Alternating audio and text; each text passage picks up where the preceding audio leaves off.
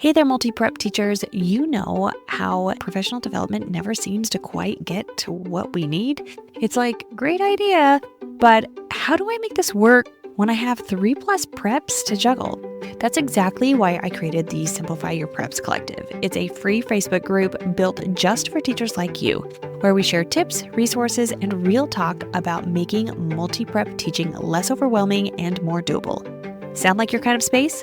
Head to kristenmasick.com/collective and join us today. Let's simplify together. The first day of school, or even the first days of school, can be the most nerve-wracking for a teacher. You are so excited to start the year off, but you're just not really sure where to start. Do you dive right in from the get-go, or do you spend some time getting to know your students and going over policies and procedures and your syllabus, or where do you start? Welcome to the Secondary Teacher Podcast, the podcast for middle and high school teachers juggling multiple preps to get the strategies to reduce overwhelm so that you don't have to choose between being an effective teacher and prioritizing important relationships. I'm your host, Kristen Masick, a 10-year high school engineering teacher, former middle school assistant principal, and teacher coach. Every week, we will discuss strategies, systems, and time-saving tips to help you not only survive but thrive as a multiple prep teacher. Today, I'm going to give you some tips from my perspective as a 10-year high school engineering teacher, but also a 4-year assistant principal, to let you know what I saw and experienced for myself, what worked on the first days of school. Your goal for that first day of school can be getting your students to feel safe and comfortable in your class and your surroundings. To start off, I'm going to have us go back a little bit before the first day of school, if at all possible, and encourage you to think about your classroom space and see if there are ways or things that you can do to eliminate clutter, even if it's putting it in a box and hiding it somewhere, just so that first day is stress-free and fresh, and it will help you, but it will also help your students. Getting ready for that first day as well, there are some things that I suggest that you just make or put on your board so that students have an idea that they're in the right place. Especially the secondary world and your middle school or the lower classmen who are at your particular school, one of the biggest fears is to go to the wrong class. There's 2 different ways that you can prevent that from happening or help when it does happen, because honestly, it happens a lot. The first is to put your name, your class, and maybe your room number on the board. After they come in, it's just there so that they can see it. They can instantly figure out if they've made it past you in that door and they've sat down and they look at their schedule and they look at the wall and they look, and this is 3rd period. You're supposed to be in Mrs. Masick's class. We are doing engineering design, and that's not on your schedule. You can figure out pretty quickly how to stand up and go to the hallway and find your class that you're supposed to be in. One of the things that I felt was the most successful way of inviting students to my classroom and starting to get to know them and having them get to know me was greeting them at the door. So being in the hallway, being able to help students with their schedules was always valuable. By being in the hallway, being able to direct them in the correct direction. But then when they have greeted me and they are coming into my class, I could check and find out their name, how to pronounce their name, I think that's like the most important thing, especially for someone like me who has a fancy H that was thrown in there by her father and sometimes trips people up. It's helpful, and I appreciate it when someone asks how to say my name versus just pretending like they know, or for the rest of the year not ever referring to me by my name because they don't actually know how to say it. That is step 1 of getting to know your students, is making sure that they're safe, and then as they're walking in, getting to know their names, how to say it, greeting them. I love to smile. When I get nervous, I smile even more. And so having a smile on your face, that's also something that I tend to do, which leads me to the next tip is don't abandon your personality. If you're planning on running a tight ship, go ahead, run a tight ship. If you are a little bit more laissez-faire and you want to stay that way and you're not anticipating that it's going to be an issue classroom management wise, it's okay to be a little bit more relaxed, a little bit more friendly, and you can actually be a combination of two. You don't have to adopt the persona of the Trunchbull if you are Miss Honey. Know that sometimes students, they're going to push, they're going to test things, but having this first day or these first few days are going to hopefully help you set you up for success regardless of what your personality is and what your teaching style is going to be for the rest of the school year.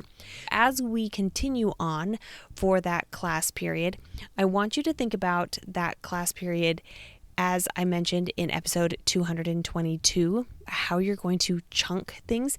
You are still going to want to do just as many things as you would on a regular school day, if not more, because things are probably going to take students less time to complete than you had thought, and you don't want to be talking the whole time. I will say that I dislike giving my syllabus on the first day. I probably at best summarize and touch on the key points for my syllabus when I do finally go over it, which is a few days after everyone else has.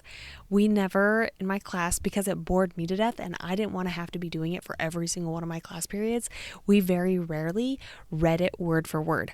Now, take what your administration says, and if they tell you that is something that you are required to do, then you're going to unfortunately need to do it. But understand that however many classes your students have, they are having to listen to that syllabus in every single one of those classes. And if you have differing policies and procedures from other teachers, now they're having to somehow remember all of those things when they don't appeal to them at all. They're not interesting at all. How are they going to remember that your starts at a 93 and someone else's A starts at a 94 and this teacher allows gum and this teacher doesn't? A lot of that is just going to be a lot of confusion during those first days of school. Instead of presenting the syllabus that way, typically what I will do is when I go into the next thing is teach them routines and procedures on that first day. And I like to do that in various ways. One of the things is having the students pick something up on their way into the classroom and then having them fill it out. This could be some sort of questionnaire. Usually one of the things that I always want to find out is their parent or guardian or their adult, their information as far as what their names are, their preferred names, and their preferred way of contact.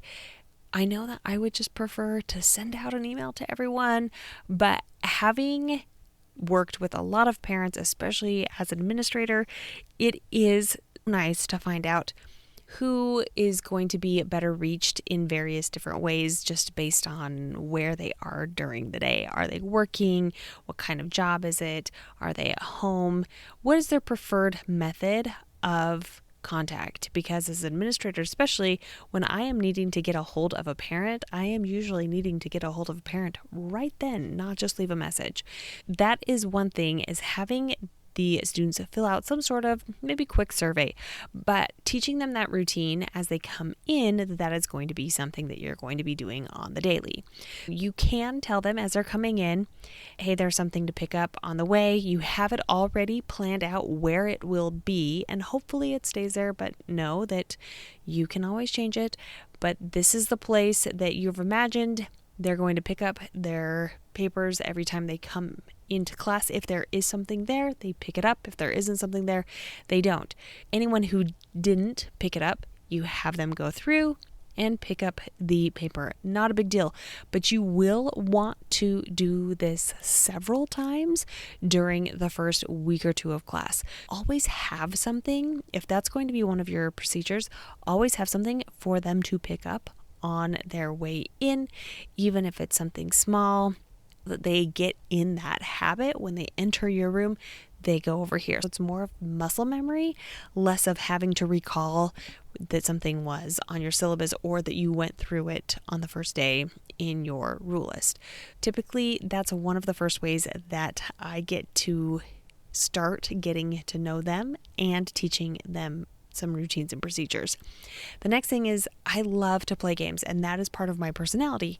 I like to play games with students, but I like to do things in a way that are very low risk as far as emotionally and that safety of feeling uncomfortable. I don't like playing games like Two Truths and a Lie or some of those other ones that are asking you to be vulnerable and share information. I feel like that's not quite the time and the place on the first day of school to be doing that because your students may not know each other. What I like to do are games like Would You Rather? And so it's just an opinion. There's not a right or wrong, and they tend to be easy-ish to answer. They don't take a long time. And then one of the things that I love about something like Would You Rather is that you can participate as a teacher. You can choose too what you would rather do. And this game also helps students get up and move around, especially if they've been sitting in other classes. Once again, listening to the syllabus, having them moving around is really going to help out. I will have students go to one side if they would rather do this and go to the other side if they'd rather do that, and just do several rounds of that. Another thing that you could have students do, and you could use multiples of these throughout that block depending on how long your class is, if you're wanting to play multiple games, or you can use these over several days. But instead of asking students what they did over the summer, you are asking them maybe what they wish they did. If you are listening to this in real time and we are in the middle of the Olympics, then you could ask them about the Olympics. You could ask them if they're attending the Paris 2024 Olympics. Are they attending as a spectator or are they attending as an athlete? And you could have them write about that, which one it is, or the 3 places that I would like to travel someday.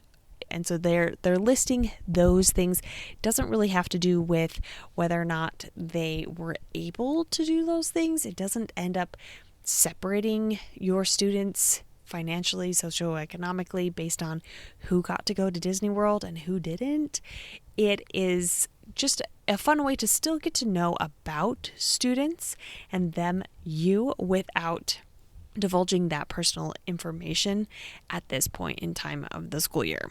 The final thing that I like to do on the first day of school is give them a taste of what the class is going to be about.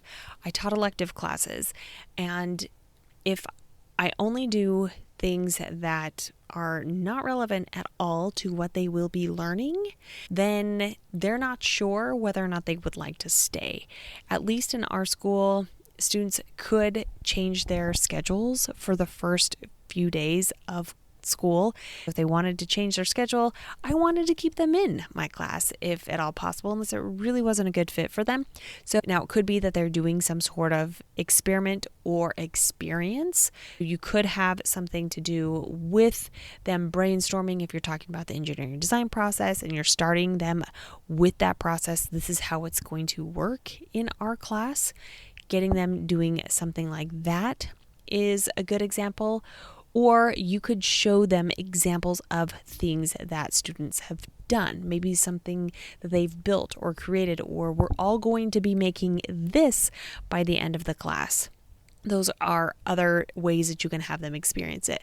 Another thing is if you are in a shop or some sort of lab, that way you could have students go on a mini tour if it's safe and just let them know this is the space that they will be working in.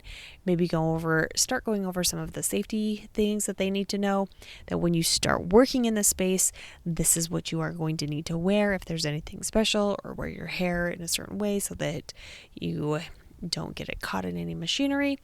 As a summarization is, you are wanting to help your students and you feel safe and welcome on that first day of school. And you can do this by getting to know information about one another in your space, starting to do some procedures and routines, and finally to give them a taste of what your class will actually be like over the year, not just something fun.